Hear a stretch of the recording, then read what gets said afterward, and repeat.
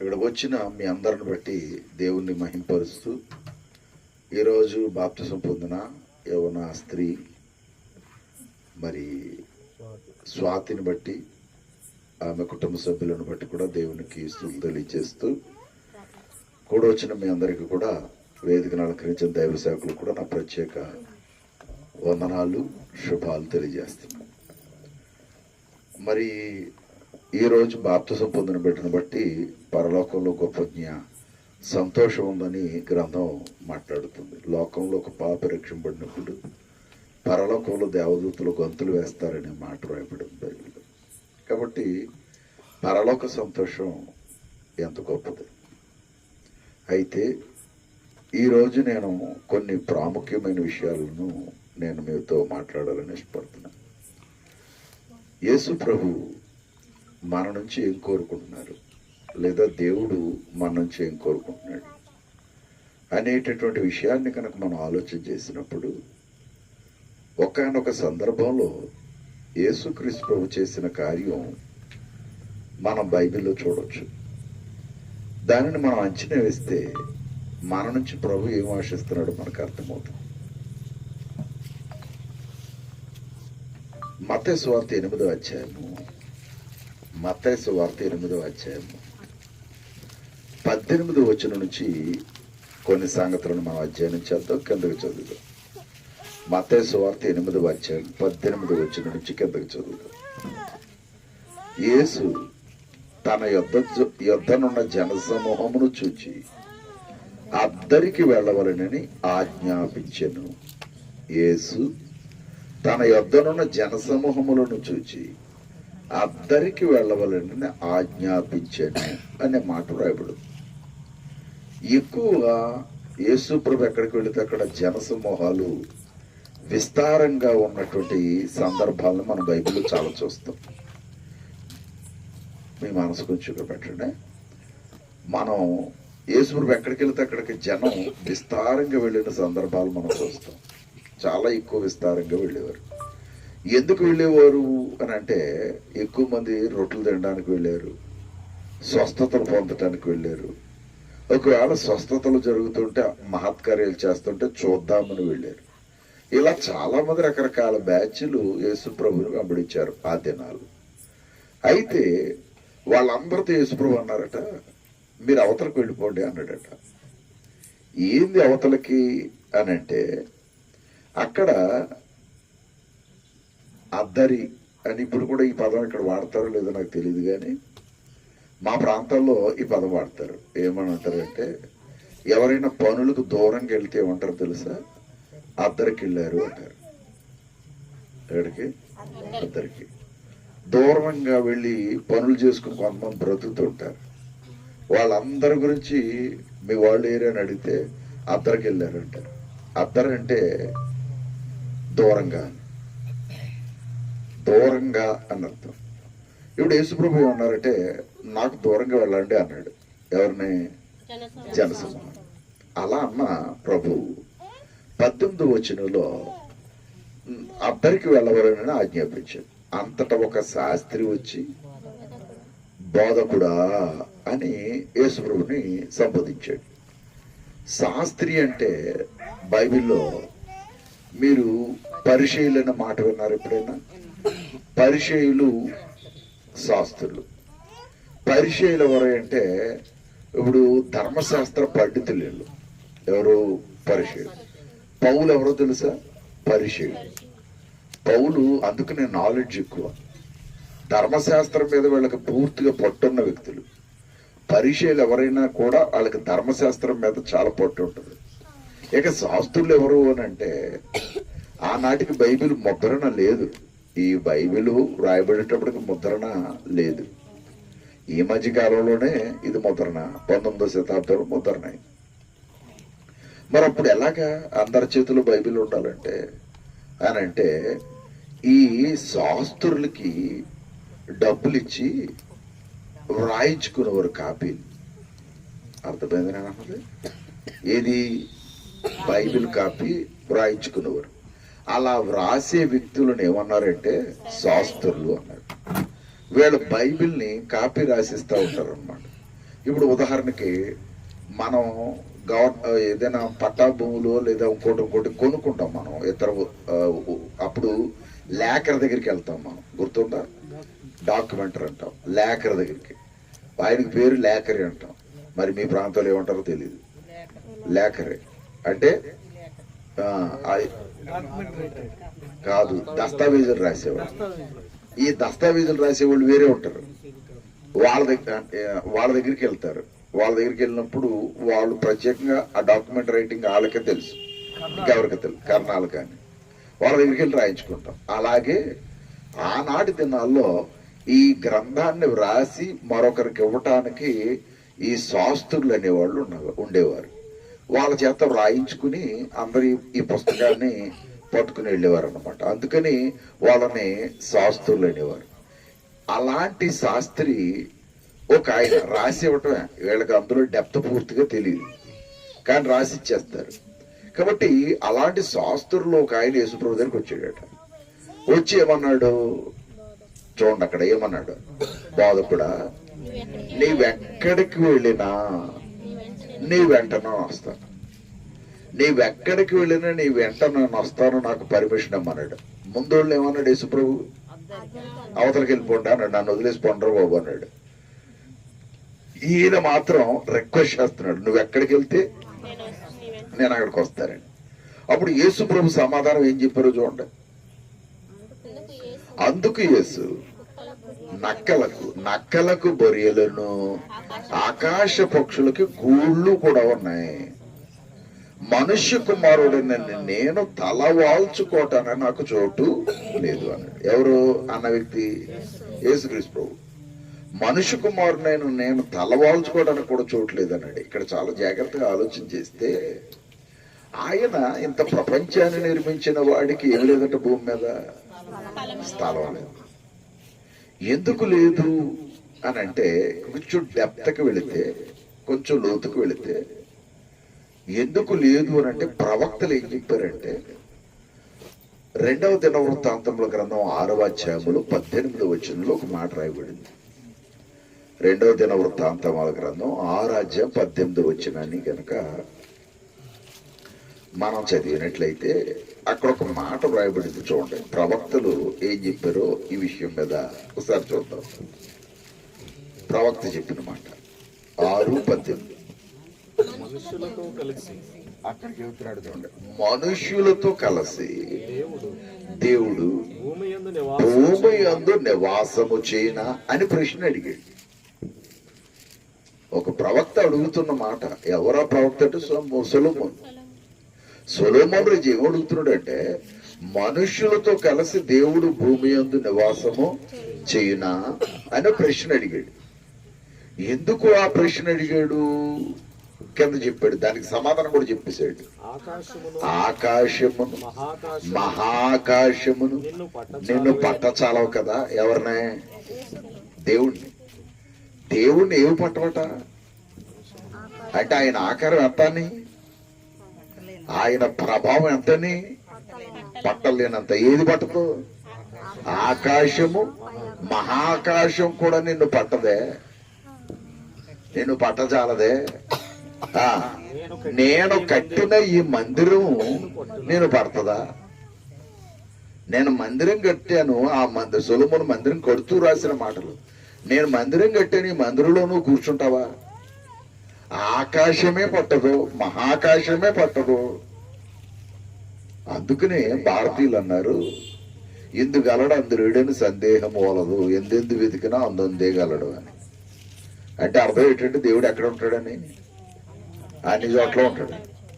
అన్ని చోట్ల ఉంటాడని బాగా చెప్పారు, కానీ అంతలా చెప్పి ఆయనకి మళ్ళీ గుడి కట్టారు. అలాగే సొలొమోను కట్టాడు. కట్టి ఏమన్నాడు? నేను కట్టిన ఈ మందిరం నిన్ను పట్టదు. నేను మందిరం కట్టాను, గొప్ప మందిరం కట్టాను, కానీ ఆ మందిరంలో నువ్వు పట్టేటటువంటి స్థలం కాదు అది. ఎందుకు పట్టడట ఆయన?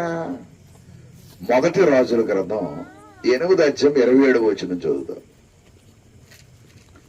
1 రాజుల గ్రంథం 8వ అధ్యాయం 27వ వచనం. దాని ముందు ఉంటుంది, ఆ పుస్తకానికి ముందు ఉంటుంది. 8:27 వచ్చింది. నిశ్చయముగా ఆ మాట చూడండి. నిశ్చయముగా దేవుడు దేవుడు ఈ లోకమందు నివాసము చేయడు. అది ఎవరు? నిశ్చయముగా దేవుడు ఈ లోకమందు నివాసము చేయడు.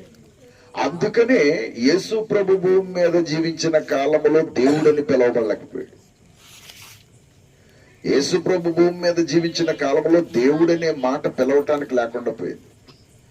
ఎందుకు అనంటే నిశ్చయముగా దేవుడు ఈ భూలోకంలో ఏం చేయడు? నివసించడం. భూలోకంలో ఆయన ఉండడం. అందుకని ఇందాక నేను నీ కూడా వస్తానని శాస్త్రి అంటే ఏమన్నాడు ఈయన? నక్కలకు బొరియలు ఉన్నాయి, ఆకాశ పక్షులు గూళ్ళు ఉన్నాయి, మనుష్య కుమారుడు తలవాల్చుకోవటానికి స్థలం. నిజంగా స్థలం కావాలంటే ఎంత కావాలా? అది నిజంగా దేవుడికి స్థలం కావాలంటే ఎంత కావాలి? ఆకాశ మహాకాశాలే ఆయనకు పట్టం. మరి ఇప్పుడు యేసుప్రభుకి స్థలం కావాలంటే ఎక్కడ లేదు. అది చెప్పాడు, ఆకాశ మహాకాశాలు పట్టం, నేను కట్టిన ఈ మందిరం నిన్ను పడుతుందా అని అడిగాడు. ఇప్పుడు యేసు అన్నాడు ఆ భక్తుడు శాస్త్రి, నేను నిన్ను వెంబడిస్తాను, నువ్వు ఎక్కడికి వెళ్తే అక్కడికి వచ్చేస్తాను అన్నాడు. ఒరే బాబు, నాకు నక్కలకి బొరియలు ఉన్నాయి, ఆకాశ పక్షులు గూళ్ళు ఉన్నాయి, నేను తల వాల్చుకోవడానికి చూడలేదు అన్నాడు. ఎందుకు చూడలేదు అనే మాట వాడాడు అని అంటే ఆయన స్థాయి ఈ ప్రపంచం పట్టే స్థాయి కాదు.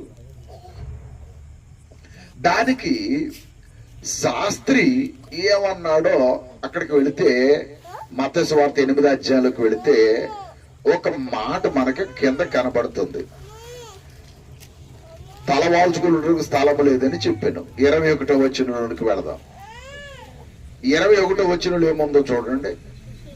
శిష్యులలో మరి ఒకడు, అంటే ఆయనకి చాలా మంది శిష్యులు ఉండేవారట మొదట్లో, 12 మందే కాదు. యేసు ప్రభు కూడా 12 మంది తిరగలేదండి, చాలా మంది ఉండేవారు.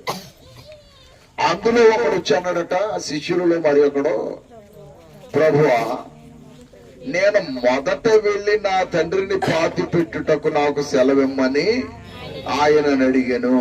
ఇక్కడ ఒక విషయాన్ని గమనించాలి. ఇతను ఎందుకు ఇలా చెప్పాడు? క్లారిటీ లేదు ఇక్కడ, ఈ వచనంలో క్లారిటీ లేదు.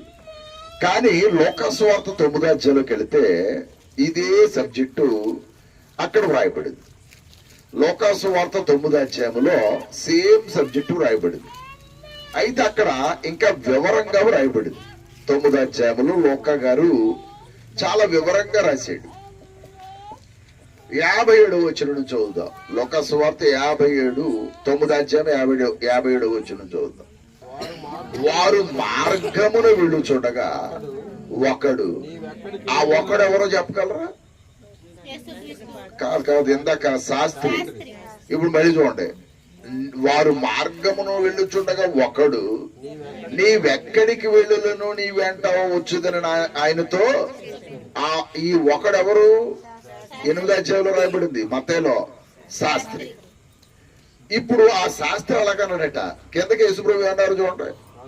అందుకు యేసు, నక్కలకు బొరియలు ఆకాశ పక్షులకి నివాసములు కలవు గాని మనుష్య కుమారుడు తలవాల్చుకోవడానికి ఏమి లేదు, స్థలం లేదని అదే ఆన్సర్ చెప్పాడు.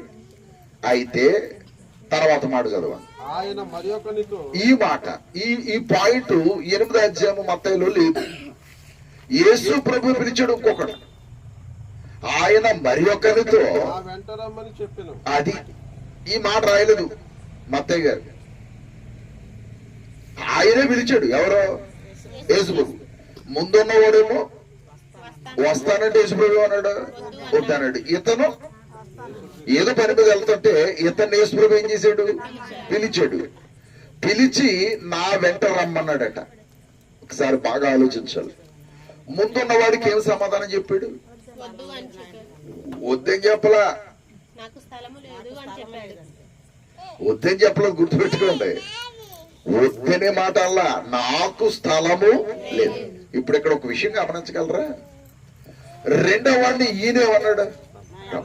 ఇక్కడ ఆయనకి అర్థం ఏంటంటే, దాని అర్థం ఏంటంటే తల్లి, ప్రభు మన మనస్సులను చదువుతాడు, మన ఆలోచనలు చదువుతాడు. ప్రభు మన స్వభావాన్ని చదువుతాడు, మన అంతరంగాన్ని చదువుతాడు. ప్రభుకి మన హృదయంలో తెలియని రహస్యం ఏది లేదు. ఇంతకీ పైవాడి మైండ్ ప్రభుకు తెలుసా? చెప్పాలా? నువ్వు ఎక్కడికి వెళ్తే అక్కడికి వస్తానన్నాడే, అతని మైండ్ తెలుసా? తెలుసు. బహుశా అతడు ఏ ఉద్దేశంతో అని ఉండొచ్చు అంటే పూర్తి మనస్ఫూర్తిగా ఆయన వెంబడిద్దామని ఉండకపోవచ్చు. ఆయన ఎక్కడికి వెళ్తే అక్కడ ఫ్రీగా భోజనం దొరుకుతుంది. ఎవరి దగ్గర? యేసు దగ్గర. ఫుల్ ఎంటర్టైన్మెంట్ ఉంది. ఎలాగనుకుంటున్నారో, అద్భుతాలు, కుంటోళ్ళు లేచి నడిచేస్తున్నాడు, గుడ్డోడు చూసేస్తున్నాడు, ఇట్ట ఎన్నెన్నో కార్యక్రమాలు జరిగిపోతాయి. ఇవన్నీ చూడడానికి ఎలా ఉంటుంది? మంచి ఆశ్చర్యంగా ఉంటుంది. కాబట్టి ఇవన్నీ ఆలోచన చేస్తుంటే ఏమర్థమవుతుందో తెలుసా? అతనికి ఫుల్ ఎంటర్టైన్మెంట్ దొరుకుతుంది. కాబట్టి నిన్ను వెంబడించటానికి నాకు పర్మిషన్ ఇమ్మని అడిగాడు. బహుశా అతని మనసు ప్రభుకి అర్థం అయిపోయింది. ఇతని దొంగ మైండ్, ఈ మైండ్తో నాకు పని లేదు అని అనుకున్నాడు ప్రభు. ఇదే మీరు గమనించాలి. మనం భక్తి ఏ మనసుతో చేస్తున్నామో దేవుడు చూస్తాడు. చేసే భక్తి పూర్తిగా ఆయన మీద ఇష్టాన్ని కనపరుస్తూ చేయాలి. ఎవరి మీద? దేవుని మీద ఇష్టాన్ని కనపరుస్తూ చేయాలి భక్తి. అంతే తప్ప వ్యాపార లాభాపేక్షతో భక్తి చేయకూడదు. వ్యాపారం కొరకు ప్రభుని మనం వాడుకోకూడదు. మనం భక్తి చేస్తున్నామంటే ఆయన్ని 100% మనం ఏం చేయాలి? ఇష్టపడాలి. ఎవరిని? ప్రభు. ఇప్పుడు నేను అడుగుతున్నా, నాకు ఉండటానికి స్థలం లేదన్నాడు కదా ఎవరు? ఇప్పుడు అతను ఏమనాలి? అది పాయింట్. అది అయినా వస్తాను నువ్వు ఎక్కడుంటే అనాలి. వాడు ఏమయ్యాడు? వస్తానన్నాడు, వెళ్ళాడా? లేదు, పారిపోయాడు. అంటే అతని మైండ్ ఏంటి? ఏదో ఆశించి వచ్చాడు. ఈ రెండవ వాడు ఏదో పని మీద ఉన్నాడు, వాడిని యేసుప్రభు పిలిచాడు. పిలిచి నన్ను వెంబడించాడు. ఇక్కడ పాయింట్ ఏంటంటే, ఈ ప్రపంచంలో కనుక దేవునికి అందరూ నచ్చుంటే ప్రపంచం అంతా క్రైస్తవులే ఉండాలి కదా. పాయింట్ అర్థమైందా? ప్రపంచం అంతా ఎవరు ఉండాలి? మరి ప్రపంచంలో ఒక చిన్న పార్ట్ ఎవరు? క్రైస్తవులు. భారతదేశంలో మరీ జనది. ప్రపంచంలో క్రైస్తవులు ఎక్కువే. ప్రపంచం మొత్తం మీద క్రైస్తవులు ఎక్కువ, కానీ రకరకాల క్రైస్తవులు. కానీ భారతదేశంలో ఇది చిన్న పార్ట్. నేను అంటున్నా, మరి ప్రపంచం అంతా క్రైస్తవులు అయిపోవాలా? కానీ దేవుడు ప్రపంచం అంతటిని ఇష్టపడ్డండి. మీకు ఇంకో కోణంలో చెప్తున్నాను నేను దీన్ని. ఏదైనా పళ్ళ దుకాణానికి వెళ్ళాం మనం, పళ్ళు కొనాలి. ఏం చేస్తాం చెప్పండి?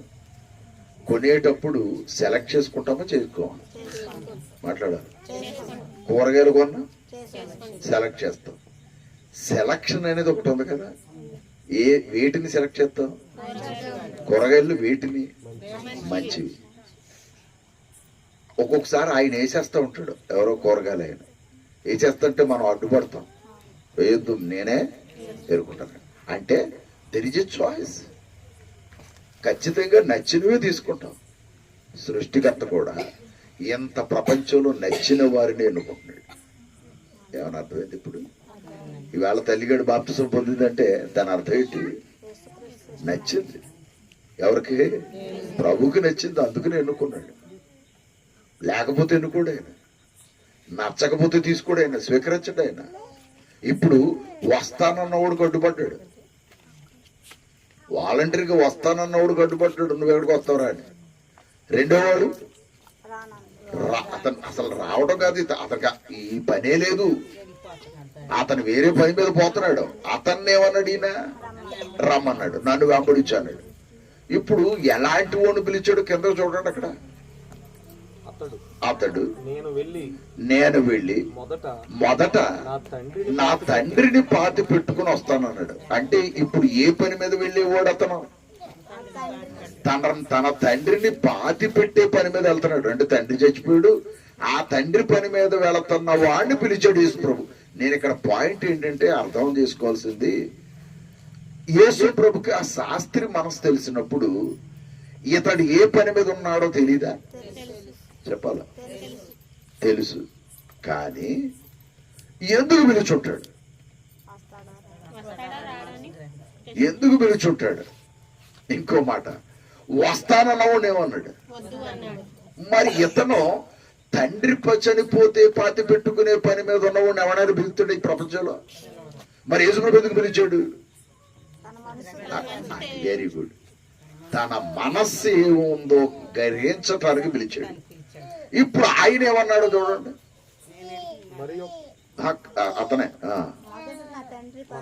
నా తండ్రిని పాతి పెట్టుకుని వచ్చుటకు సెలవు. పాయింట్ చూడాలి అక్కడ. నా తండ్రిని పాతి పెట్టుకుని వచ్చుటకు రాననల్లా. ముందోడు వస్తానన్నాడు గాని రాలా. ఇతడు చూడండి, రాను గాని వస్తాను. అర్థం కదా మీకు? రాను, ముందు నాకు పని ఉంది. ఏ పని? తండ్రి పని. ఆ పని చూసుకుని వస్తాను. అతడు నేను వచ్చేస్తాను అన్నాడు. రావద్దనడి. రావద్దని చెప్పలేదు, రాకుండా పోయాడు. వస్తానన్నవాడు రాకుండా పోయాడు. రాకుండా ఉండాల్సిన స్థితిలో ఉన్నవాడు వస్తానంటున్నాడు. పాయింట్ అది. ఇక్కడ ఈ పాఠంలో మనం అర్థం చేసుకోవాల్సింది ఏంటో తెలుసా తల్లి? మనం ఈ ప్రపంచంలో ఎన్ని కార్యాలైనా ఉండనండి, ఎన్ని పనులైనా ఉండనండి, ఎంత ఎమర్జెన్సీ స్థితి అయినా ఉండనండి, దేవుని కంటే ఎక్కువ కార్యం ఈ ప్రపంచంలో ఏది? దేవుని కంటే ఎక్కువ కార్యం ఏది లేదు. ఆయన తెనాలి, ఇక్కడ ఆగాడు. శ్రీని గారు ఈయన అమరావతి వెళ్ళిపోవాలి, ఇక్కడ ఆగారు. దేని కొరకే అంటే, ఇంకొకటి గుర్తుపెట్టుకోండి, మనకి ఈ ప్రపంచంలో దైవం పనికి మించిన పని మరొకటే లేదు. ఇంకొక కోణం తెలుసా? అలాంటి మనసున్నవాడే పరలోకానికి కావాలట. అందుకనే నన్ను వెంబడించువాడు నా సిలువనెత్తుకుని నన్ను వెంబడించమని చెప్పాడు యేసుప్రభు. ఏమెత్తుకుని? ఆ పాయింట్ అర్థం కాక కొంతమంది ఏదో ఒక రోజున కొయ్యి బొమ్మ పెట్టుకుని సిలువ పట్టుకుని నడుస్తున్నారు. అసలు ఆయన అన్న ఉద్దేశం ఇలా భుజాన సిలువ వేసుకుని నడమనో, మెల్లో సిలువ వేసుకుని నడమనో కాదు. ఆయన అన్న ఉద్దేశం ఏంటంటే, నన్ను వెంబడించేవాడు నా సిలువను ఎత్తుకుని నడమంటే, సిలువ దేని గుర్తు? శ్రమ. అంటే ప్రభువుని వెంబడిస్తే ఎన్ని శ్రమలు వచ్చినా ఏం చేయాలి? తట్టుకునే భావంతో నువ్వు నన్ను వెంబడించమని అర్థం. ఇప్పుడు ఇతన్ని ఏదో పని మీద ఎమర్జెన్సీలు ఉంటే అతన్ని పిలిచాడు. ఎవరో? యేసుప్రభు. ఇక్కడ ఇంకో మాట అడుగుతున్నాను. మరి ఇతన్ని పిలిచినప్పుడు నక్కలకి బొరియలు ఉన్నాయి, ఆకాశ పక్షులు గోళ్ళు ఉన్నాయి, మనుష్య కుమారుడికి తలవాల్చుకోవడానికి చోట్లేదన్న భావం అక్కడ చెప్పినోడు ఇక్కడ కూడా చెప్పాలి కదా. పాయింట్ అర్థమైందని నేను అన్నది. మరి ఇతన్ని ఎందుకు రమ్మన్నాడు అంటే, ఈయనకి నివాసం ఉందా భూమి మీద? ఎవరికి? యేసుక్రీస్తు ప్రభుకి లేదా అక్కడ చెప్పాడు కదా. ఉండకపోతే ఎందుకు పిలుస్తాడు? నా పాయింట్ అర్థమైతే లేదు మీకు. ఉండకపోతే ఎందుకు పిలుస్తాడు అంటే, భవిష్యత్తులో ఏదో ఒక కార్యక్రమం ఉంది. అది ఏందయ్యా అంటే, ఇందాక మనం ఒక మాట చదివాం, ప్రవక్తలు ఏమన్నారు? దేవుడు మనుషులతో కలిసి నివాసము చేయునా అని అడిగాడు. చేస్తాడా అని అంటే, మరలా అదే ప్రవక్త ఏమన్నాడు తెలిసి చేయడు అన్నాడు. ఇందాక మొదటి రాజుల గ్రంథంలో చదివాం, గుర్తుందో లేదు మీకు? 8:27 చదివాం. ఏం చదివాం చూడండి ఒకసారి, మళ్ళీ తీసి చదవండి తనమని.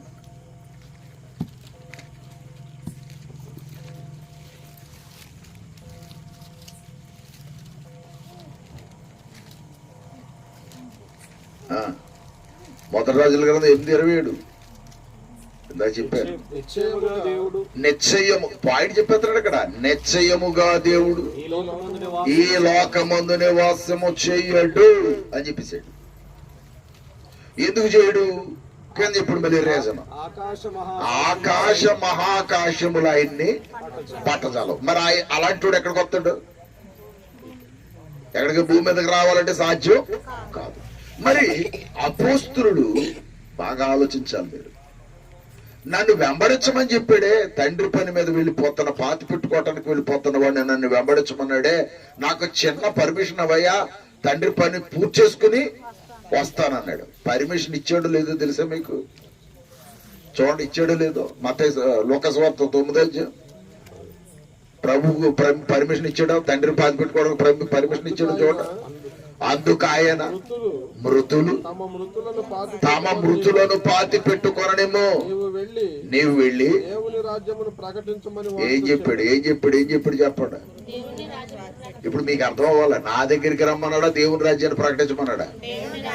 ఎంతకీ దేవుడు ఎక్కడ ఉంటాడో మీకు ఏమైనా అర్థమైందా? ఆయన రాజ్యంలోనే ఉంటాడు. అందుకని ఆయన ఏమన్నాడంటే, నువ్వు దేవుని రాజ్యాన్ని ఏం చేయమన్నాడు? ప్రకటించు. ఇప్పుడు నేను ప్రశ్న అడుగుతున్నా, అంటే దేన్ని వదిలేసి రమ్మన్నాడు?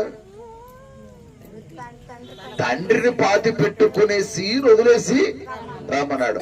అసలు అంతకంటే ఘోరమైన పాపమే అనుకుంటా. అసలు లోక సంబంధంగా అయితే ఏమంటావు? నిన్నే ఒక వీడియో చూసారో లేదు మీరు ఎవరైనా? ఏ దేశంలో ఉందంట కూతురు, తండ్రి చనిపోయాడు ఇక్కడ. ఆ తండ్రి చనిపోతే అంత్యక్రియలు కాలుస్తారు కదా పొలంలో, వాళ్ళు కాలుస్తుంటే ఆవిడ ఆన్లైన్ లో సెల్లో చూస్తుంది తండ్రి కార్యక్రమాన్ని. కూతురు సెల్లో చూస్తుంది, రాలా ఆ దేశం నుంచి రాకుండా. ఎంత దారుణంగా మాట్లాడుతుందంటే, ఎంత తిట్టారట నెటిజన్లు, ఎంత దారుణంగా మాట్లాడుతుందంటే 5,000 100 రూపాయలు పంపించిందంట పొల్లలకి. అది కూడా రాసేసారు. 5,100 రూపాయలు అంటే పొలాల ఖర్చు పంపిందట మహాతల్లి. ఒక్క బొట్టు కంట్లోంచి రాట్లా. మళ్ళీ ఏమంటుంది అనుకుంటున్నారు? అక్కడ ఉన్న మేనేజ్ చేసి అతన్నే అప్పుడే అవదా, ఇంకా మేము భోజనాలు చేయలేదు అంటుంది. ఇంకా కాల్పు ఇంకా అవదా, మేము భోజనం చేయలేదు సెల్లో. అంటే ఎలాంటి దరిద్రులు తయారయ్యారో చూడండి ఈవేళ. నిజంగా తల్లిదండ్రులు కర్మకాండ కంటే ఇంకేమైనా ఉంటుంది? అసలు చివరి చూపు అనేది ఒకటి ఉంటది కదా. అందుకని ఎక్కడి నుంచి అయినా ఏం చేస్తారు, ఆ టైంలో వస్తారు. ఎందుకంటే మళ్ళీ చూడడానికి ఉండరని. ఈ దౌర్భాగ్యులకి చూపుతోటే పర్లేదు. ఎందుకంటే కాయ కష్టం చేసి పెంచి పెద్ద చేసి పెద్దోళ్ళు చెప్తే ఆడు అమెరికాయో ఆఫ్రికాయో పోయి ఇంకా అక్కడి నుంచి బొమ్మలు చూస్తున్నారు. ఏమ్మా ఎంత అన్యాయం అది.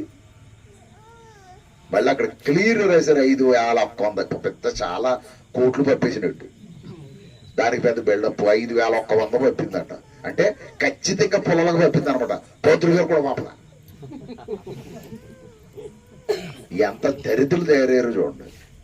ఇప్పుడు నేను అడుగుతున్నా, నిజంగా యేసు ప్రభు ఆ తండ్రిని పాతి పెట్టుకోవటానికి వెళ్తానయ్యా బాబు అని అంటేనే పర్మిషన్ ఇవ్వలేదు. ఎందుకో తెలుసా తల్లి? ఎప్పటికైనా ఈ ప్రపంచం మృతుల లోకమే.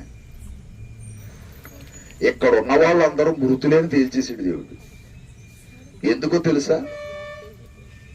ఎందుకు మృతులను తేల్చాడో తెలుసా? రోమీయులకు రాయబడిన పత్రిక 6వ అధ్యాయం. రోమీయులకు రాయబడిన పత్రిక 6వ అధ్యాయం తీసారా?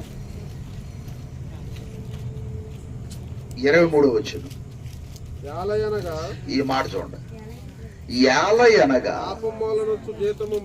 పాయింట్ క్యాచ్ చేయాలి. ఏలయనగా పాపము వలన వచ్చు జీతము. ఇప్పుడు నాకు చెప్పాలి, మనుషులందరూ ఎవరు?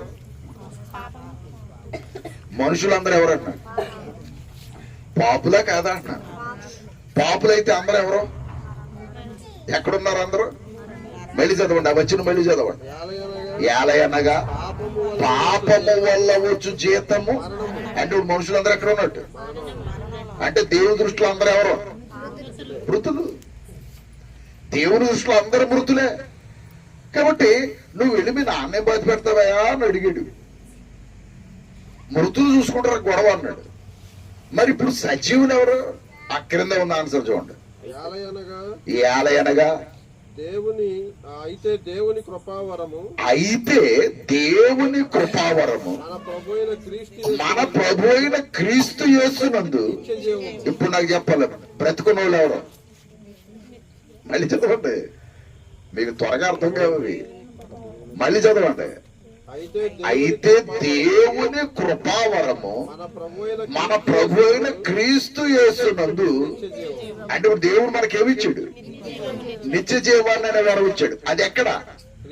క్రీస్తు యేసులో. అంటే ఇప్పుడు క్రీస్తు యేసులో ఉన్న వాళ్ళందరూ ఎలా ఉన్నట్టు? జీవించున్నట్టు. ఇప్పుడు క్రీస్తులో లేని వారు ఎలా ఉన్నట్టు దేవుని దృష్టిలో? మృతులు. ఎందుకంటే వాళ్ళు ఎక్కడున్నారు? లోకంలో కాదు, పాపములో. పాపంలో ఉన్న ప్రతి ఒక్కడు ఎక్కడున్నాడు? మృతులు. వాడు చనిపోయినట్టు లెక్క దేవునికి. ఇప్పుడు పాపములో ఉన్న మనం దేవునిలోకి వస్తే, ప్రభులోకి వస్తే మనం ఏమవుతున్నాం? జీవాన్ని పొందుకుంటున్నాం, సజీవులుగా మార్చబడుతున్నాం. ఇప్పుడు ఏ పని అప్పగించాడో తెలుసా? తండ్రిని పాతి పెట్టుకుంటున్న వాడికి పాట అర్థమైంది మీకు? తండ్రిని పాతి పెట్టుకుంటున్న వాడికి ప్రభు ఏ పని అప్పగించాడు తెలుసా? ఆ చనిపోయిన వారిని బ్రతికించే పని అప్పగించాడు. ఏమన్నా అర్థమైందో తల్లి? ఇప్పుడు ఎవరు చనిపోయిన వాళ్ళు? పాపలో ఉన్న వాళ్ళందరూ. వారిని బ్రతికించే పని ఇది. అక్కడ ఇందాక ఒక మాట అన్నాడు, మీకు గుర్తుందో లేదో, నువ్వు వెళ్ళి దేని గురించిన సువార్త? దేవుని రాజ్యాన్ని గురించి ప్రకటించు అన్నాడు. అంతేనా? అంటే అలా ప్రకటిస్తే చనిపోయిన నువ్వేం చేయగలవు? బ్రతికించగలవు. అంటే వాక్యము ద్వారా మరణిస్తున్న వారిని బ్రతికించే భాగ్యాన్ని ఇచ్చాడండి అతనికి. తండ్రే పోయాడు నీకు.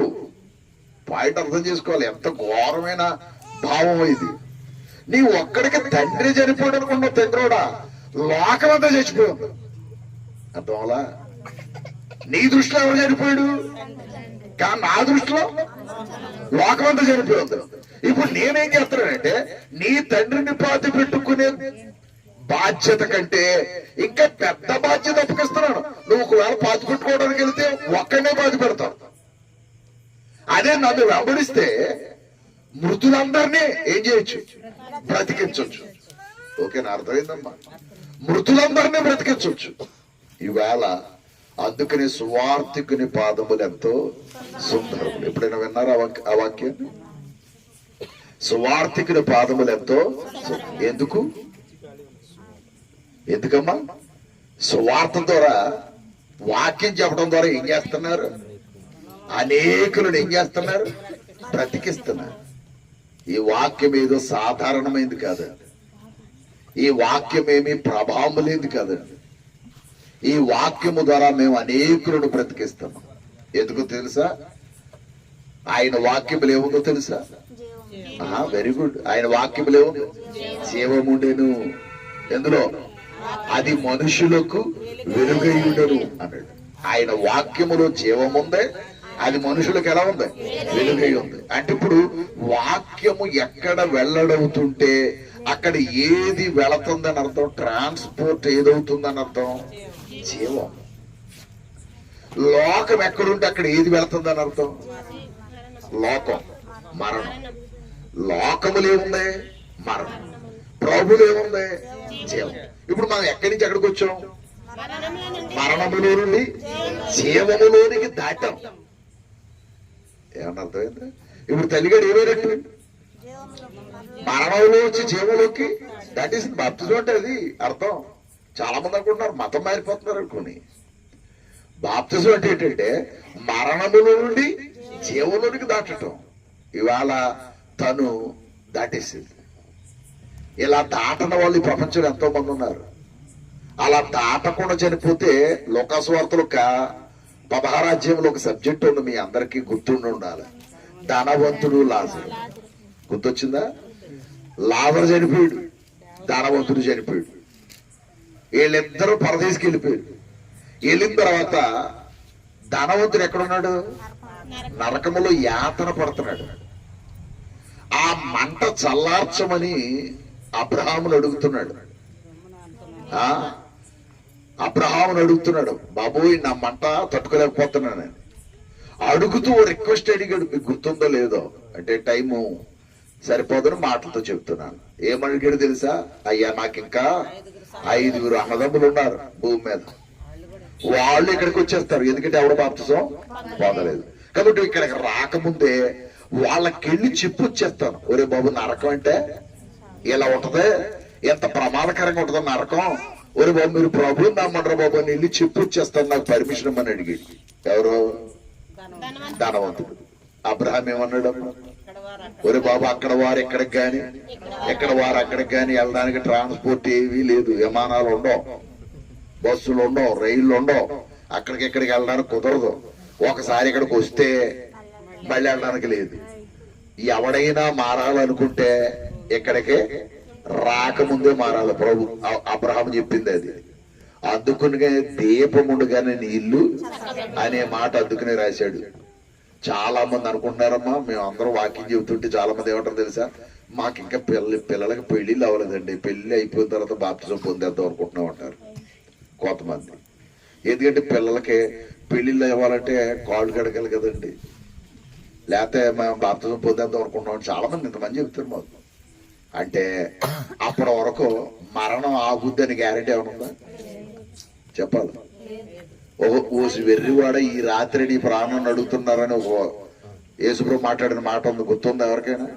ఒకడు విస్తారంగా ధనం పండితే ఏం చేసాడట, పంట పండితే కొట్లు పెద్దవి చేసి కట్టేసుకుని వాళ్ళు కూర్చు మీద పడుకుని నా ప్రాణమా తిను త్రాగు సుఖించు హ్యాపీగా ఉండరు బోల్డ్ సంపాదించాను అన్నాడట.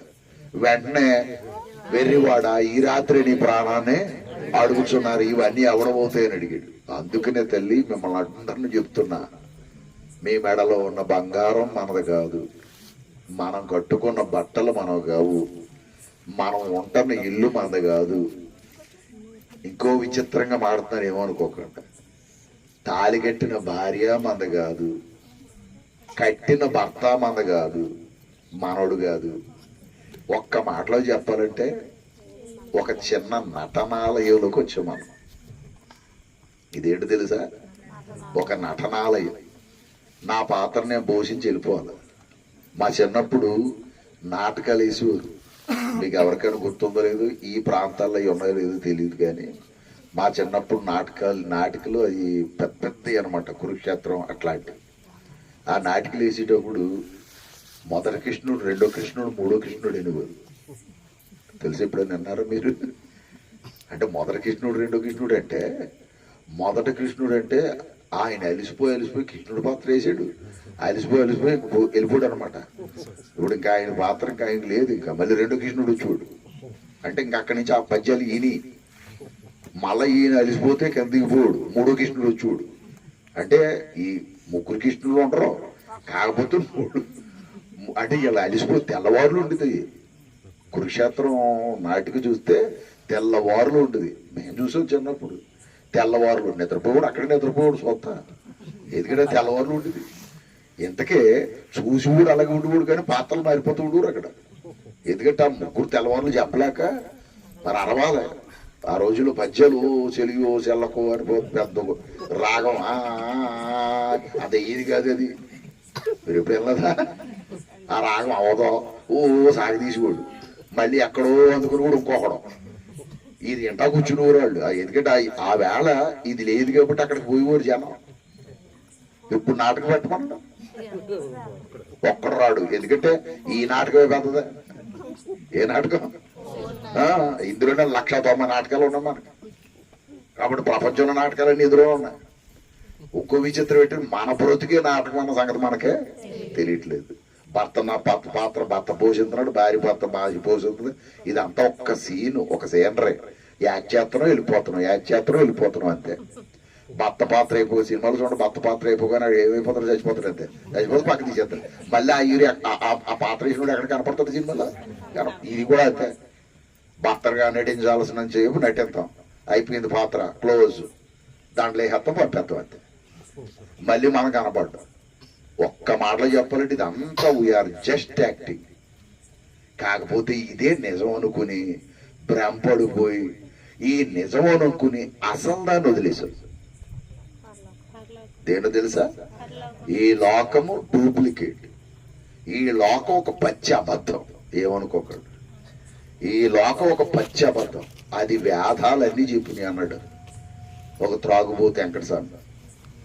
తెలుసా మీకు? ఎవరైనా తెలీదా? దేవదాస్ గారు. దేవదాస్ సినిమాలో ఫుల్లుగా మందేసి కుక్కను పక్కన పెట్టుకుని ఓ పాట పాడాడు, గుర్తులేదా? జగమే మాయ బ్రతుకే మాయ చెప్పాడు అక్కడ కుక్కను దూతా పాడాడు.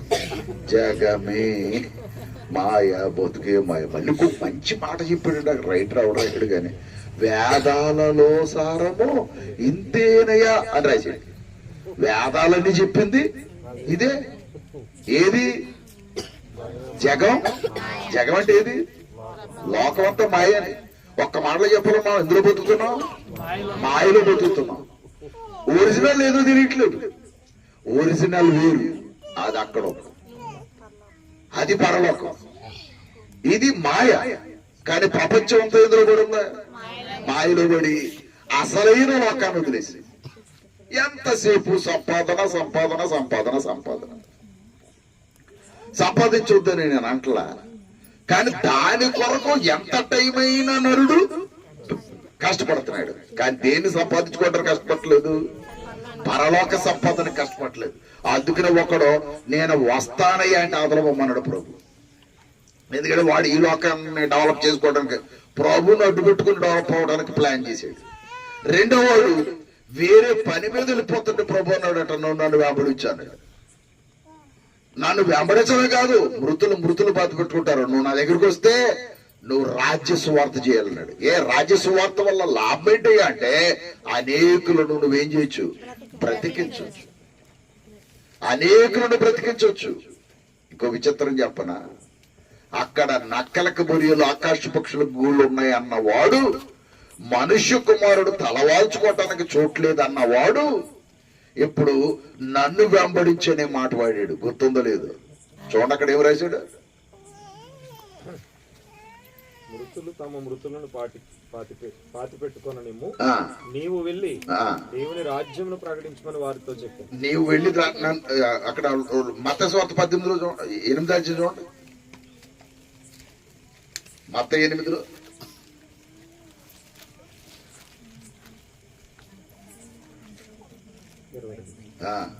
శిష్యుల్లో మరి ఒకడు, ప్రభువా నేను మొదట వెళ్ళి నా తండ్రిని పాతికి పెట్టుటకు నాకు సెలవిమ్మని ఆయన అడగ్గా యేసు అతన్ని చూచి ఇది ఇక్కడ ఏం చెప్పాడు? ఇప్పుడు లోకా గారు ఎవరు రాశాడు? లోక రాసిన దానికి ఇక్కడ రాసిన దానికి కొంత తేడా ఉంది. ఇక్కడ యేసు అన్నాడు నన్ను వెంబడించాడు. అక్కడ లోక ఏం రాశాడు? నువ్వు వెళ్ళి దేవుని రాజ్యాన్ని ప్రకటించాను. అంటే ఇప్పుడు ఈ రెండు ఒకటే. ఎవరిని వెంబడించటం? యేసుని వెంబడించటమైనా దేవుని రాజ్యాన్ని ప్రకటించటమైనా ఒకటే. ఎందుకంటే దేవుని రాజ్యం ఎక్కడుందో అక్కడ ఎవరున్నారు? ప్రభు ఉన్నాడు. పాయింట్ అది. దేవుని రాజ్యం ఎక్కడుందో అక్కడ ప్రభు ఉన్నాడు. ఎలా? ఒక వచనం చూపిస్తున్నాను. కొలస్సీలకు రాయబడిన పత్రిక 2వ అధ్యాయము. కొలస్సీ పత్రిక 2వ అధ్యాయము 9వ వచనం. అక్కడ ఏం రాయబడి చూడండి. కొలస్సీ 2:9.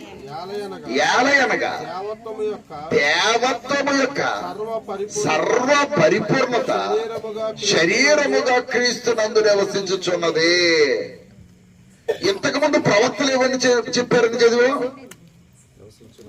దేవుడు భూమి యందు నివసించునా అని అడిగిన ప్రవక్తలు ఇప్పుడు అపోస్తలుడైన పౌలు ఎవరు రాశారు? 2వ అధ్యాయం 9వ వచనంలో కొలస్సీలో దేవత్వం మొత్తం వచ్చి ఎక్కడుందని శరీరముగా క్రీస్తు నందు నివసించుచున్నది. అదేనంట. అప్పుడు యేసుక్రీస్తులు ఎవరున్నట్టు? దేవత్వం మొత్తం ఎక్కడ? శరీరములు. ఎవరి శరీరములు? ప్రభుకి శరీరములు. ఇంతకీ ప్రభుకి శరీరం ఏది? అదే కొలస్సీ పత్రిక 1వ అధ్యాయం 18వ వచనం. అంటే ఇప్పుడు ఇంతకీ దేవత్వం మొత్తం ఎక్కడికి వచ్చేసినట్టు?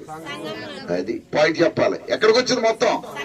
అంటే ఇప్పుడు దేవత్వం, దేవుడు అనే వ్యక్తి ఈ ప్రపంచంలో ఉంటాడా? ఉండడా? ఉంటాడు. ఎక్కడ? Very good.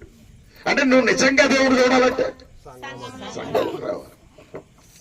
అమాయకులు దేవుని చూద్దామని వెళ్తున్నారు చాలా మంది లోకస్తులు. వెళ్ళి చాలా బాధ అనిపిస్తుంది. వారి మీద అదొక అవమానంతో మాట్లాడట్లేదు నేను. తెలియకపోతే ఎంత దారుణం అంటే ఇందాక అనుకుంటూ చూశాను. ఒక ముఖ్యమంత్రి బహుశా అది బీజేపీకి ముఖ్యమంత్రి అయి ఉంటారు ఆయన. ఓ రాష్ట్ర ముఖ్యమంత్రి ఎవరో దేవత కార్యక్రమం అట. ఎంతంత పళ్ళాలంటే ఉంటాయి కదా వాయిద్యాలు. ఓ ముఖ్యమంత్రిగా తెక్కుట్టేస్తున్నాడు. ఎంత బలహీనత. ముఖ్యమంత్రి అంతటి జ్ఞానికి దేవుడు ఎవరో, అంత గొప్ప వ్యక్తులకు దేవుడు ఎవరో తెలియలేదు. గుర్తుపెట్టుకోండి. మనకి దేవుడు ఎవరో తెలియబడింది. ఎలా అనంటే దేవుడు ఆత్మ స్వరూపి. దేవుడు ఎవరు? ఇప్పుడు మనం దేని నమ్ముతున్నాం? ఆత్మస్వరూపిగా ఉన్న. అందుకనే దేవుడు ఆత్మస్వరూపిని మనం నమ్మగలుగుతున్నాం. కానీ లోకం నమ్మలేకపోతాం. లోకం అందుకనే వారు అనుకున్న చోటకు వెళుతున్నారు. దేవుడు ఆత్మస్వరూపిని నమ్మిన మనం విచిత్రం చూడండి. మనం ఎక్కడికి వెళ్లాల్సిన పని లేదు. మీ గ్రామంలో, మీ ఊర్లో మీరే అందరూ ఎక్కడ కలిస్తే అక్కడ అది ఏమవుద్ది? సంఘం. పాయింట్ అది. మీ గ్రామంలో మీరందరూ ఆయన నామంలో ఎక్కడ కలిస్తే అది ఏది? ఎంతకీ సంఘం ఎక్కడుంటే అక్కడ ఎవరు ఉంటారు? చూడండి, ఉంటారు అన్నాడా? దేవత్వం మొత్తం ఎక్కడికి వచ్చేసింది? ఇంతకు ముందు ప్రవక్తలు ఏమన్నారు? అసలు భూమి మీద నివాసం చేస్తాడా అని అడిగాడు. చేస్తాడా అంటే అప్పటికి చేయలేదు. కానీ యేసుక్రీస్తు ప్రభు వచ్చిన తర్వాత తండ్రి అయిన దేవుడిని పట్టుకొచ్చి ఇక్కడ పెట్టాడు. ఎవరు? యేసు. ఎలా పెట్టాడే? ఆయన శరీరము ద్వారా. అందుకనే ఒక్క మాటలో చెప్పాలంటే మనం ఎవరితో కలిసి బ్రతుకుతున్నామని అపోస్తులు రాశారు తెలుసా? మొదటి యోహాను పత్రిక 1:3 మొదటి యోహాను పత్రిక 1:3. మాతో కూడా మీకును. అక్కడ ఏం రాశారు చూడండి. మాతో కూడా మీకును సహవాసము కలుగునట్లు. అపోస్తులుడైన యోహాను రాశాడు ఈ మాట. మాతో కూడా మీకును ఏం కలిగేటట్లు? సహవాసము కలిగేటట్లు. మేము చూచిన దానిని వినిన దానిని మీకును తెలియజేస్తున్నాం.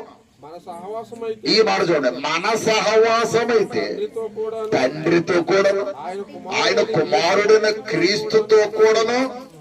ఎవరితో? ఇప్పుడు మనం అందరూ ఎవరితో సహవాసం చేస్తాం? తండ్రితో. అక్కడ నక్కలకు బొరియలు, ఆకాశ పక్షులు గూళ్ళు అన్నాడు. అమ్మా అర్థమైందా? నాకు అసలు చోటు లేదన్నాడు. ఇప్పుడు ప్రభుకు చోటు ఉందా లేదా? ఉందా? ఏదది? సంఘం. అంటే ఇప్పుడు ప్రభు ఎక్కడ ఉంటాడు? సంఘం ఎక్కడ ఉంటే అక్కడ ఉంటాడు. సంఘములో ప్రభు ఎక్కడ ఉంటాడు? ఆయన తండ్రి. తండ్రితో పాటు ఎవరు ఉంటారు? పరిశుద్ధాత్మ. ఈ ముగ్గురు ఒకే చోట ఉన్నారు. ఎక్కడున్నారు? కాబట్టి ఇప్పుడు మనం నిజంగా దేవుని చూడాలంటే, దేవుని మాటలు వినాలంటే, దేవునికి మనం మన మనవులు చెప్పాలంటే, వెరీ గుడ్. మనం దేవునితో మాట్లాడాలన్నా అక్కడికి వెళ్ళాలి. మనం దేవుని మాటలు వినాలన్నా అక్కడికి వెళ్ళాలి. దేవుణ్ణి చూడాలన్నా అక్కడికి వెళ్ళాలి. ఎందుకు అనుకున్నారో? దేవుని చూడడం అంటే ఎలా చూస్తామండి అని అడగొచ్చు. యోహాను 1:1 లాగా చూస్తాం. ఆది యందు వాక్యముడను, వాక్యము దేవుని యందుండెను, వాక్యము. అంటే ఇప్పుడు మనం ఇది చదువుతున్నాం, చూస్తున్నాం. మరి ఇప్పుడు ఎవరిని చూస్తున్నట్టు? ఎంతసేపు నుంచి చూస్తున్నాం? అప్పుడే ఏమన్నా అర్థమైంది మీకు? టికెట్ ఏది? మాట్లాడబెట్టి ఈ దర్శనానికి ఏమైనా టికెట్ ఉందా? ఇప్పుడు ఆ గేట్ దగ్గర రావాలంటే ఇచ్చారు మీకు టికెట్. చాలా మంది ఏం కొనుక్కెళ్తున్నారు? పోనీ ఆ టికెట్ కొనుక్కుని వెళ్ళి కూడా ఏమన్నా ఒక అరగంట కొనిస్తారా? తెలుసా మీకు? వాళ్ళ పొద్దున నుంచున్నాడట. అది ఎక్కడ లైన్లో. ఆ పొద్దున్న నుంచున్నవాడు లైన్లో అలా పాపం లైన్ కరెక్ట్ గా వెళ్ళిందట గుమ్మం దగ్గరికి. ఇలా అన్నాడంటే అంతే, జబలడుకు లాగేసి ఇక పూర్తిగా ఇలాగే మెటకరించాడంట అంతే. ఏం చూసేవారు అంటున్నాడు బయటికి వెళ్ళి. మరి ఏం చూద్దామని పొద్దున్న చూన్నాడు. ఎంత దూరం అది 2 ఏళ్ళ ముందు టికెట్ బుక్ చేసుకుని. నిజంగా దేవునికి మనం ఎంత రుణస్తులు తల్లి. నిజంగా సృష్టికర్తను చూస్తున్నాం. ఇక్కడ మీకు ఏమైనా అర్థమవుతుందా? సృష్టికర్తను ఉచితంగా టికెట్ లేకుండా, రూపాయి ఖర్చు లేకుండా చూస్తున్నామంటే ఈ సీనేమో ఎవరికి అర్థం కావట్లేదు. ఎందుకో చెప్పనా? ఉచితంగా కదా. ఉచితంగా అంటే ఎవడికి ఎక్కదు. వస్తాప్ప ఆ? మంచి పని చెప్పారు. ఉచితం అంటే ఒక్క బస్సు తప్ప. ఎందుకంటే ఉచిత టికెట్ లేని ప్రయాణం. అంతకుముందు బస్సులన్నీ గాలిగుండి.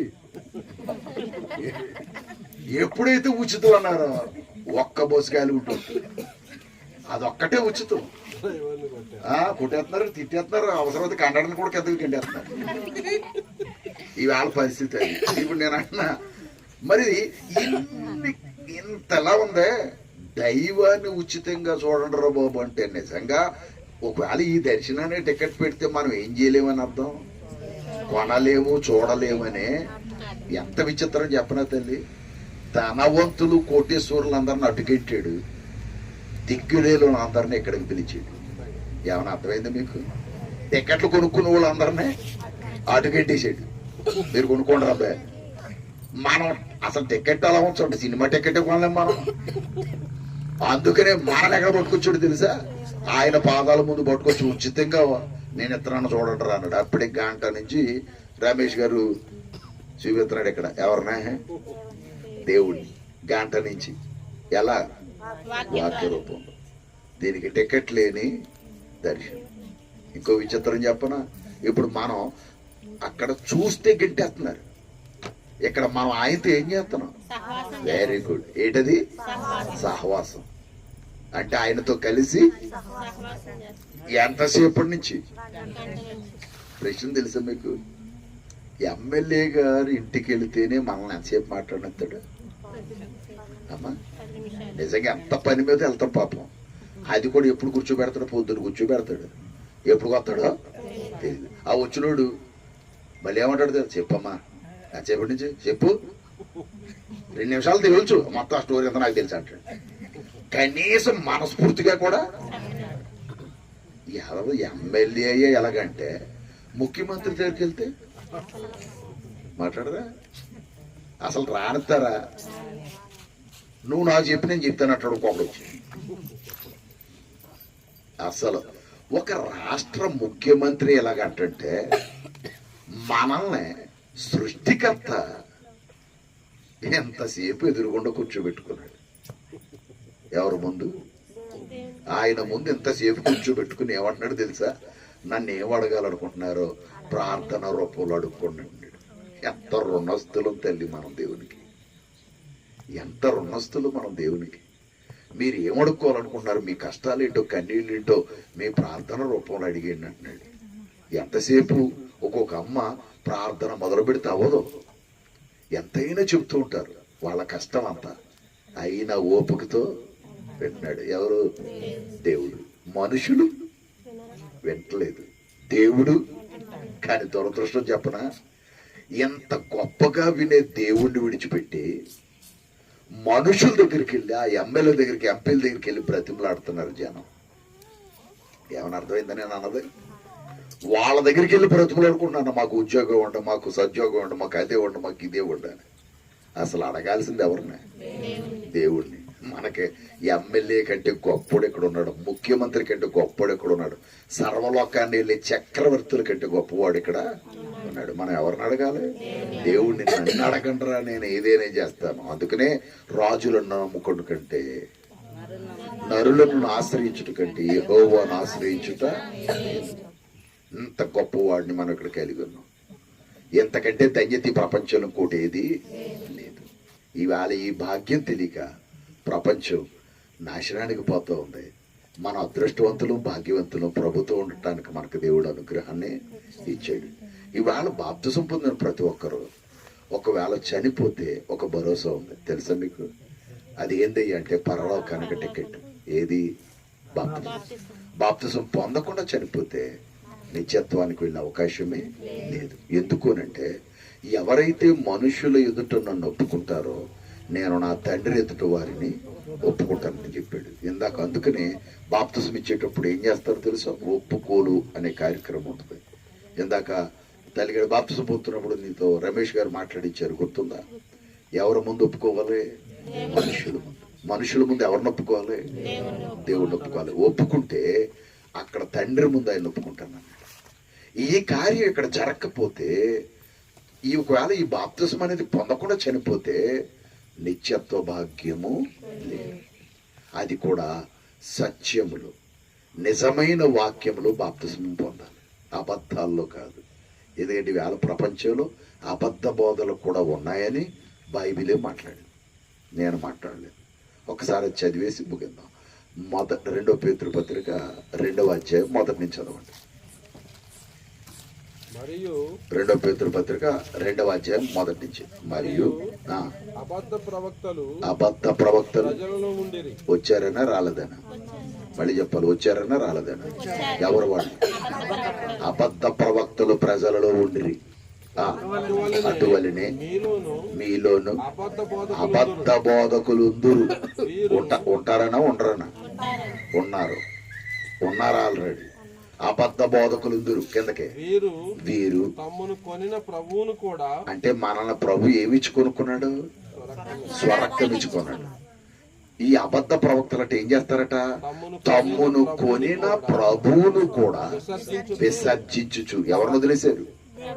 ప్రభువునే వదిలేసి తమకు తామే శీఘ్రముగా నాశనము కొందించుకుంటున్నారు. ఎవరు? ఈ అబద్ధ ప్రవక్తలు ఏం తెచ్చుకుంటున్నారండి? నాశనాన్ని కొందించుకుంటున్నారు. కిందకి. నాశనకరమగు భిన్నాభిప్రాయములు అంటే దేవుని గ్రంథం ఒకే అభిప్రాయం చెబుతుంది, కానీ అబద్ధ బోధకులు భిన్నాభిప్రాయాలు అంటే రకరకాల అభిప్రాయాలు. ఒక ఆయనేమో శనివారం ఆరాధన అంటాడు, ఇంకొక ఆయనేమో ఆదివారం ఆరాధన అంటాడు, ఒక ఆయనేమో వాయిద్యాలు వాయించవచ్చు అంటాడు, ఇంకొక ఆయన అక్కర్లేదు అంటాడు, ప్రభు వల్ల ప్రతి ఆదివారం తీసుకోవాలి, కానీ మరొక ఆయన అంటాడు నెలకోసారి సరిపోద్ది. ఇలాంటి భిన్నాభిప్రాయాలు. బైబిల్ ఏం చెప్పింది అది చెప్పట్లా, వాళ్ళ సొంత అభిప్రాయాలు పట్టుకొచ్చారు. వీళ్ళందరినీ ఏమని తేల్చాడు ప్రవక్త? కాదండి, వాళ్ళందరూ ఎవరని తేల్చాడు? అది బైబిల్లో ఉన్నది ఉన్నట్లుగా మాట్లాడకపోతే ఎవరెవరు? మనం ఎవరిని వెంబడించాలి? ప్రవక్తని వెంబడించాలా, అబద్ధ ప్రవక్తని వెంబడించాలా? ప్రవక్త ఎవరు? యేసుక్రీస్తు ప్రభు. మనం ఎవరిని వెంబడిస్తున్నాం? కొన్నిసార్లు అబద్ధ ప్రవక్తలు వెంబడిస్తున్నాం. ఈ అబద్ధ ప్రవక్తల ద్వారా అబద్ధ బోధ చేయబడుతుంది. అబద్ధ బోధ వల్ల మనం పరలోకం చేరం. గుర్తుపెట్టుకోండి, అబద్ధ బోధ విన్నా ఒకటే, లోకములో ప్రభుని నమ్మకున్నా కూడా ఒకటే. ఈ రెండు ఒకటే. కాబట్టి నువ్వు ప్రభు దగ్గరికంటూ వచ్చావు, కానీ సత్యవాక్యములోనికి వచ్చావా రాలేదా మనకు మనమే పరిశీలన చేసుకోవాలి. అందుకనే నీ వాక్యమే సత్యం, ఏది లేదు ప్రపంచంలో సత్యం. ఏది సత్యం? అందుకని ఏదైనా బోధ మనం విన్నప్పుడు ఆ బోధ బైబిల్కి సరిపోతుందా లేదా అన్నది పరిశీలన చేసుకోవాలి. బైబిల్కి సరిపోతేనే ఆ బోధ కరెక్ట్. బైబిల్కి సరిపోని బోధ అనుకోండి, దాన్ని వినాల్సిన పని లేదు, దాన్ని వెంబడించాల్సిన పని అంతకంటే లేదు. సత్యమును వెంబడించాలి, సత్య సంఘములో ఉండాలి, పరలోకం చేరాలి. ఇంకొక మాట చెప్పి ముగిస్తాను. ఇప్పుడు యేసుక్రీస్తు ప్రభుకి శరీరంగా పోల్చబడింది ఏది? పాయింట్ చెప్పాలి, క్లియర్ గా చెప్పండి, దాన్నమ్మని ముగిస్తాను. సంఘం ప్రభుకి శరీరంగా పోల్చబడింది. ఒక వ్యక్తికి ఎన్ని శరీరాలు ఉంటాయి? అలాగే ప్రభుకి ఎన్ని శరీరాలు ఉంటాయి? ఒకటే శరీరం ఉన్నప్పుడు ఎన్ని సంఘాలు ఉంటాయి? ఆ ఒకటే ఏదన్నది వెతకండి అంతే. బైబిల్లో ఏ పేరు రాయబడిందో, బైబిల్లో భిన్నమైన పేర్లు లేవు, ఏ పేర్లు లేవండి. మీరు ఎక్కడైనా చూపించండి, బైబిల్లో ఒక్క పేరు కనపడదు. బాప్తిస్మ అనేది బాప్టిస్టు అనే పేరు ఉంది, అది బాప్తిస్మం. బాప్టిజో అనే పదం నుంచి వచ్చింది బాప్తిస్మం అనే పేరు. బాప్తిస్మం అనేది సంఘం పేరు కాదే. లోథర్ వ్యక్తి పేరు, సంఘం పేరు కాదే. బైబిల్ మిషన్ బైబిల్ పేరు, సంఘం పేరు కాదే. కల్వరి అదొక కొండ, కల్వరి కొండ, కొండ పేరు, సంఘం పేరు కాదే. బెతస్తా కోనేరు పేరు, సంఘం పేరు కాదే. బేతేలు అదొక ప్రాంతం, సంఘం పేరు కాదే. హెబ్రోను అదొక పట్టణం, సంఘం పేరు కాదే. మన్నా అదొక ఆహారం పేరు, సంఘం పేరు కాదే. పెంతుకోస్తు అదొక పండగ పేరు, సంఘం పేరు కాదే. ఇంతకీ సంఘం పేరు ఇది వదిలేసి రకరకాల పేర్లు కలిగినటువంటి వాటిలో మనం ఉంటూ ఇది కూడా ప్రభువుదే అని అనుకుని మోసపోతున్నాం మేము. అమ్మా, ఆర్టీ బస్సులన్నీ ఇంచుమించి ఎలా ఉంటాయి? పల్లి వెలుగు బస్సులు ఉన్నాయి, అన్నీ ఎలా ఉంటాయి? ఒకే రంగు ఉంటుంది. పల్లి వెలుగు బస్సులు అన్నీ ఒకే రంగు ఉంటాయి. రంగు ఉన్నంత మాత్రాన అన్ని ఒక చోటకి వెళ్తాయా? హలో, అప్పుడు నువ్వేం చేయాలి? అలాగే నువ్వు నిజంగా సంఘానికి బోర్డు చూడాలి. బోర్డు చూస్తే అది అడ్రస్ క్రీస్తుదా? ఇక వేరు వేరు పేర్లు బైబిల్లో లేవు. ఉంటే గౌరవిద్దాం, తప్పలేదు, ఉంటే గౌరవిద్దాం. కానీ బస్సు చూసి ఎక్కేనంటది ఒక్కొక్క ఆవిడ, ఏ చూడకుండా. ఎందుకంటే అప్పుడే స్టాండ్లోంచి బయటకు వెళ్ళిపోతుందట, గౌక్కి ఎక్కేసింది. అప్పటికే చాలా దూరం వెళ్ళిపోయింది, గంట మన గురించి కొండూరు వెళ్ళిపోయింది. ఒక టికెట్ అడిగితే టికెట్ మా ఊరికో టికెట్ తింటాం అన్నాడంట కంగారులో. మీ ఊరేది అన్నాడు, అదే మా ఊరికో టికెట్ ఇవ్వండి అంటుందన్న 3 సార్లు అందంట. మీ ఊరేది అన్నాడు, కంగారు మర్చిపోద్ది ఆవిడే. మా ఊరు అంటుంది. ఆయన ఊరి కండట కానీ తెలుసా? చాలా మంది ఉంటారు ఇలాగా. ఏ నువ్వు ఎక్కే బస్సు ఏదో నీకు తెలియాలి, నువ్వు ఏ అడ్రస్ మీద వెళ్తున్నావో నీకు తెలియాలి. పరలోకం చేరేది క్రీస్తు ఆయన నామం కలిగింది మాత్రమే. ఇంకో దానికి వేరే అవకాశం ఉంటే గొడవే ఉంది, ఉంటే గొడవే ఉంది. ఒక ఆయన అన్నాడు, ముఖ్యమాట, ఒక ఆయన అన్నాడు, ఏమండి హిందువులకి 3,00,00,000 మంది దేవతలు ఉన్నారు, మీకు కూడా అలాగే అన్ని సంఘాలు ఉన్నాయి అన్నాడు. అర్థం దేంతో పోల్చాడు? 3,00,00,000 దేవతలతో పోల్చాడు.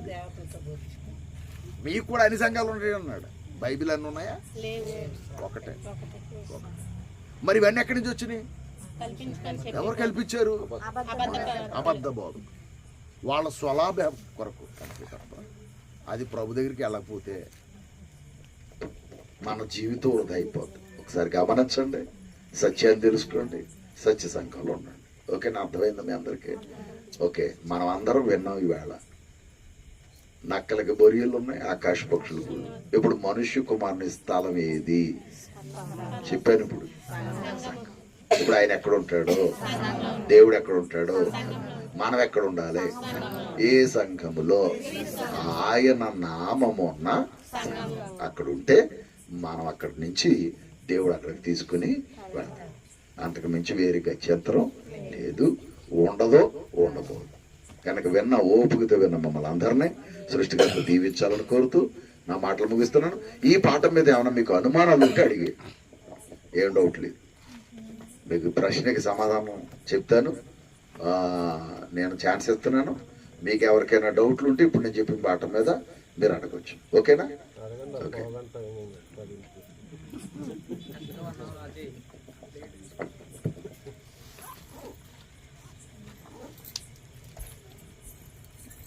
ఎవరికి లేవా ప్రశ్నలు? ప్రశ్నలు లేకుండా చెప్పానా? అర్థం కాకుండా పోయిందా అమ్మా? అర్థమైందా? అర్థమైపోయిందా? ఓకే, థ్యాంక్ యూ, ధన్యవాదాలు.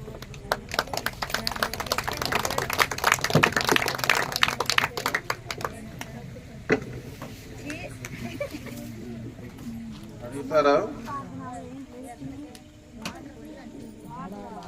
సరే.